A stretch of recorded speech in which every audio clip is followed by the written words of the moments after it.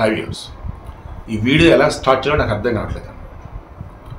YouTube channels, దృశ్యం movie and ఇంకొన్ని crime thrillers, ఇవే అతన్ని తన భార్యని చంపి ఆ బాడీని ముక్కలు చేసి దానిని మళ్ళా ఉడకబెట్టి ఎండబెట్టి పొడి చేసి ఇక చిన్న ఆనవాళ్ళు కూడా లేకుండా నీరు పోయినటువంటి చెరువులో పడటం, డ్రైనేజ్లో పడేయటం, లైక్ దీనికి పురుగులు.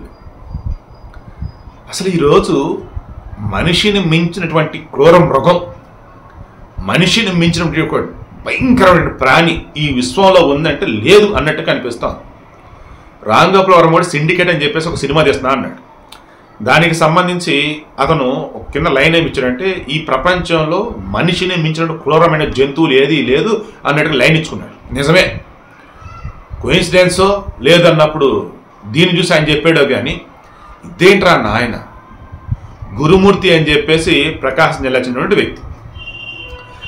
ఇతను వచ్చేసి గతంలో ఆర్మీలో చేశాడు, ప్రజెంట్ వచ్చేసి ఆర్మీ నుంచి దాన్ని ఏమంటారు రిటైర్ అయ్యేసి ఆర్మీలో కొన్ని ఇయర్స్ చేస్తారు కదా, ఆ తర్వాత వాళ్ళు రిటైర్ అయిన తర్వాత వాళ్ళకి ఏంటంటే ఏదో ఒక సెక్యూరిటీ వింగ్లో జాబ్స్ వస్తాయి. అలా డిఆర్డిఓ కంచన్బాగ్లో ఉంటుంది, ఆ డిఆర్డిఓలో సెక్యూరిటీ డిపార్ట్మెంట్లో పనిచేస్తున్నాడు.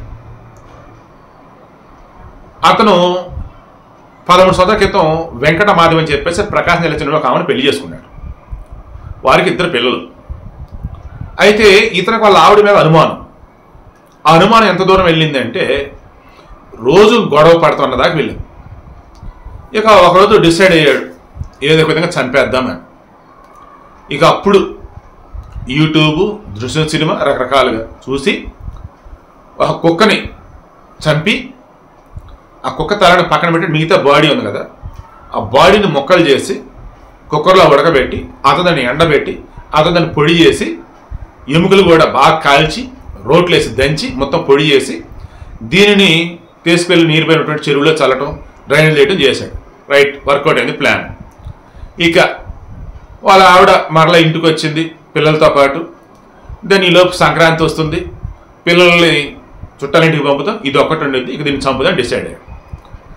అగైన్ మరలా మన 15వ తారీఖు జనవరి 15న గొడవ. ఆ గొడవ 2 మినిట్లు ఆమె మెడలో తాలుబట్టి కూడా తీసి మొఖాన్ని కొట్టేసిందంట. ఇక ఆల్రెడీ ప్లాన్తో ఉన్నాడు కదా, రెచ్చగొట్టాడు, జరగాల్సింది జరిగింది అనుకున్నాడు. ఇంకా ఆమెను లాగి పెట్టి కొడితే గోడ దగ్గర పడిపోయింది. కింద పడిపోగానే ఇంకా స్పృహ తప్పింది. ఆ తర్వాత చనిపెట్టేటకు మళ్ళీ గోడ కొట్టి చంపేశాడు. ఇక మటన్ కొట్టే కత్తిని తెచ్చాడు. వాస్తవానికి అతను ఉన్నది మీరుపేట దగ్గర, జిల్లెలగూడ దగ్గర వెంకటేశ్వర నగర్ కాలనీ అంట. సంక్రాంతి తోట చాలామంది ఊర్లు వెళ్ళిపోయారు. ఇక దాంతో ఏం చేశాడు, పక్క ప్లాన్తోనే ఉన్నాడు. ఇక మటన్ కొట్టే కత్తిని పట్టుకొచ్చాడు, బాడీ పార్ట్స్ మొత్తం కూడా డివైడ్ చేశాడు.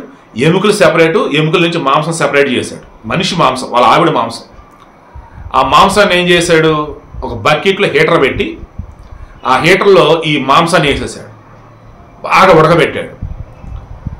ఆ తర్వాత దానిని పైకి తీసుకెళ్ళి ఎండబెట్టాడు. ఎండిన తర్వాత దాన్ని మొత్తం పొడి చేసేసాడు. ఇక ఎముకలు ఉన్నాయి కదా, ఎముకలను బాగా కాల్చాడు. కాల్చిన తర్వాత వాటిని ఏం చేశాడు, మొత్తం రోట్లు వేసి మొత్తం పొడి పొడి చేశాడు. ఈలోపు తల ఉంది కదా, తలను వచ్చేసి కాల్చేశాడు. ఆ తలను కలిసి చుట్టుపక్కల స్మెల్ వచ్చిందని, పండగ కదా ఎవరో మేకపోతు తలను పొట్టేల తలను కాల్చడం అని చెప్పేసి అనుకున్నారంట. సరే ఏం చేశాడు, ఇంకా ఇంటిలో చిన్న ఆనవాళ్ళు కూడా దొరకకూడదని మొత్తం పెనాయిల్ పెట్టి శుభ్రంగా అడిగేశాడు. ఎక్కడ కూడా చిన్న ఆనవాళ్ళు లేదు, మొత్తం ఉడకబెట్టేశాడు. ఎముకలు మొత్తం వచ్చేసి కాల్చేసి మొత్తం పొడి చేసేసాడు. దానికి ఏంటి మొత్తం పొడి అయిపోయింది. ఇంకా వాడి దగ్గర ఇంకా ఏమి బాడీ పార్ట్స్ రిమైన్ అవసరం ఏమీ లేవు. ఇక వాటిని కవర్లో పెట్టేసుకొని నెమ్మదిగా అక్కడ చంద్రతండాన సమ్మెద చెరువు ఉందంట ఈ మీర్పేటలోనే, ఆ చెరువులో చల్లేశాడు.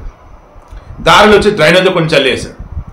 అయితే ఈలోపు ఏం చేశాడు, ఏ రోజైతే వాళ్ళ ఆవిడని చంపారో వాస్తవానికి ఆమె డైలీ ఒక్కసారైనా వాళ్ళ అమ్మకు ఫోన్ చేసిందట, వెంకట సుబ్బమ్మ. సో ఈ సుబ్బమ్మకి ఆయన ఫోన్ చేయాలా, అండ్ బిడ్డ ఏమైందంటే తెలీదు, అల్లుడ మంచోడు కాదు, వాడి ఎదవా, పిల్లలు కూడా లేరు, మాకేదో తేడా కొడుతుంది అనుకొని వాళ్ళు అనుకున్నారు. ఈలోపు వీడు ఫోన్ చేసి మీ అమ్మాయి వేరేవాడితో అక్రమ సంబంధం పెట్టుకుంది, నన్ను కాదని వాడితో వెళ్ళిపోయింది అని ఒక మాట. అసలు వాడితో ఎట్టెళ్ళింది అంటే తెలియట్లేదు, మీ దగ్గరికి వచ్చిందని ఇంకొక మాట, నా మీద అలిగాని వచ్చిందా మీ దగ్గరికి అని చెప్పేసి ఇంకొక మాట. ఇలా రకరకాల వర్షన్స్ వస్తున్నాయి. 2 రోజులు చూశారు. ఇక మన 18వ తారీఖున వెళ్ళి మీర్పేట పోలీసులు కంప్లైంట్ చేశారు వాళ్ళ అమ్మ వాళ్ళు. అదే మొదట్లో ఈడు కూడా వచ్చాడంట. వచ్చి నిజమేనండి గొడవ పడ్డాము, ఇక ఇంట్లోంచి వెళ్ళిపోయింది, ఏటి వెళ్ళింది ఏంటో తెలియట్లేదు అని అన్నాడు.